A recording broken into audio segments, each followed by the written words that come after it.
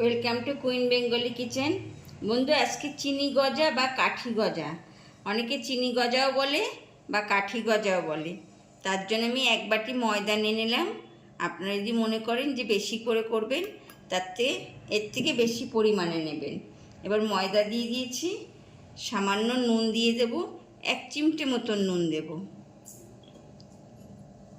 আর ঘি দিয়ে দেব। বন্ধু, ঘিয়ের পরিবর্তে তেল দিয়েও ময়াম দিতে পারেন।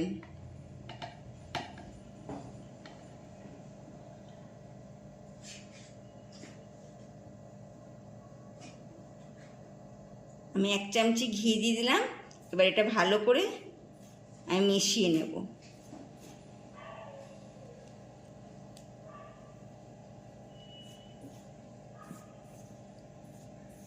বন্ধু, ভালো করে ময়াম দিয়ে নিয়েছি। এবার এইটা বন্ধু লুচি বা রুটির মতন ময়দা মাখলে হবে না, সামান্য সামান্য জল দিয়ে ঠেসে ঠেসে মাখতে হবে।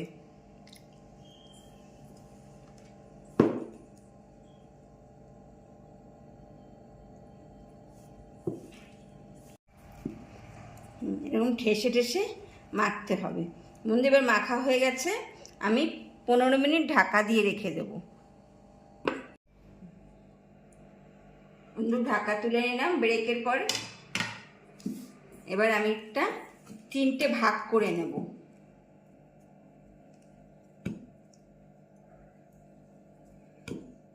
বন্ধু, একটা কাঠের পাটাতন বা বারকোশের মধ্যে করলে খুব ভালো হয়। আমি চপার বোর্ডটা নিয়ে নিয়েছি, সামান্য ময়দা দিয়ে নিলাম। এবার বেলে নেব।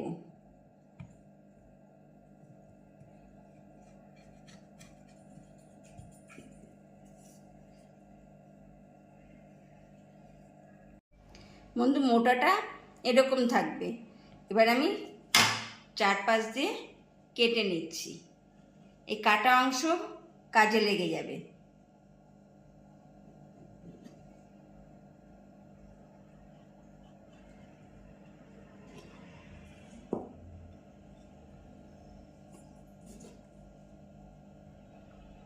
সমান 2 ভাগে কেটে নেব।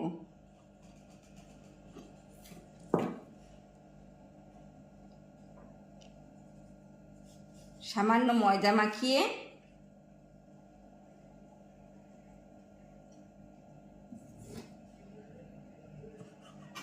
এটা বন্ধু পরে আমি বেলে নেব। আবার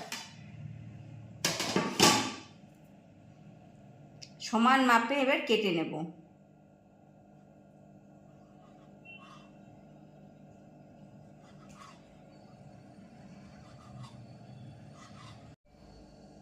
এইভাবেই বন্ধু সব কাঠি গজাগুলো আমি বেলে কেটে নেব। বন্ধু, একই নিয়মে বেলে আমি কেটে নিলাম গজা। এবার আমি ভাজতে যাব। কড়াইতে তেল দিয়েছি, তেল খুব গরম হতে হবে। এবার আমি গজাগুলো সব দিয়ে দেব। পুরো গরম তেলে ভাজতে হবে। বন্ধু, খুব গরম তেলে এরকম ভাজতে হবে।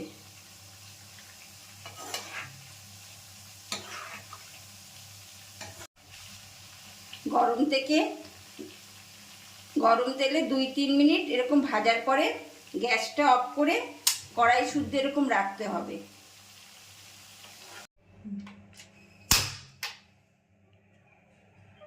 বন্ধু, আবার কড়াই বসিয়ে দেব, দিয়ে আবার বাড়িয়ে দেব, বাড়িয়ে দিয়ে আবার ভাজবো।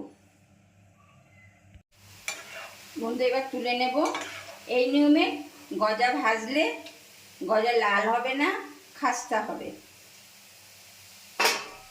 একটা টিস্যু পেপার বিছিয়ে তার মধ্যে আমি তুলে নিলাম, তেলটা সোক করে নেবে। একটা কড়াই বসিয়ে দিলাম, 1 কাপ চিনি দিলাম, 1 কাপ জল দেব।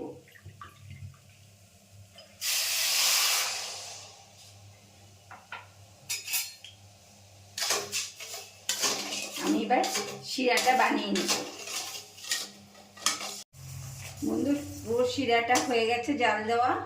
এরকম এক তার যখন দেখবেন একটা বাটির মধ্যে জল দিয়ে এরকম এক জায়গা করে দেবেন, একটা দলা মতন পাকিয়ে যাবে, তখন ভাববেন এটা হয়ে গেছে, শিরাটা তখন হয়ে গেছে, এরকম দলা পাকিয়ে যাবে, তখন ভাববেন শিরাটা হয়ে গেছে, অফ করে দেবেন তখন। এবার আমি অফ করে দিলাম। আর বন্ধু এই প্রসেসে খাজা ভাজবেন, তাহলে খুব খাস্তা হবে, কিন্তু খাজা পুড়বে না। এবার আমি এইটার মধ্যে গ্যাস অফ করে দেওয়ার পরে সব খাজা ঢেলে দেব।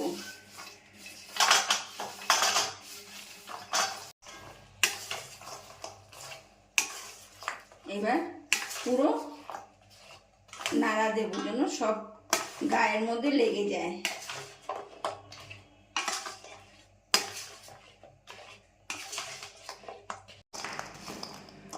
বন্ধু এরকম নাড়া দিতে পুরো গজার গায়ে লেগে যাবে, চিনির শিরাটা পুরো গজার গায়ে লেগে যাবে। আর বন্ধু আমি চিনির শিরা জাল দিতে আমি খাজা বলেছি, ভুল করে মাফ করবেন। আর আমার যে বন্ধুরা কমেন্ট করছেন, আমি সব বন্ধুদেরই ভিডিও দেখি, আমার সঙ্গে থাকবেন, সহযোগিতা করবেন। রেসিপি কীরকম লাগলো বন্ধু কমেন্ট করবেন, লাইক দিয়ে দেবেন। নতুন বন্ধুরা সাবস্ক্রাইব করে অল বাটন প্রেস করে আমার সঙ্গে থাকবেন।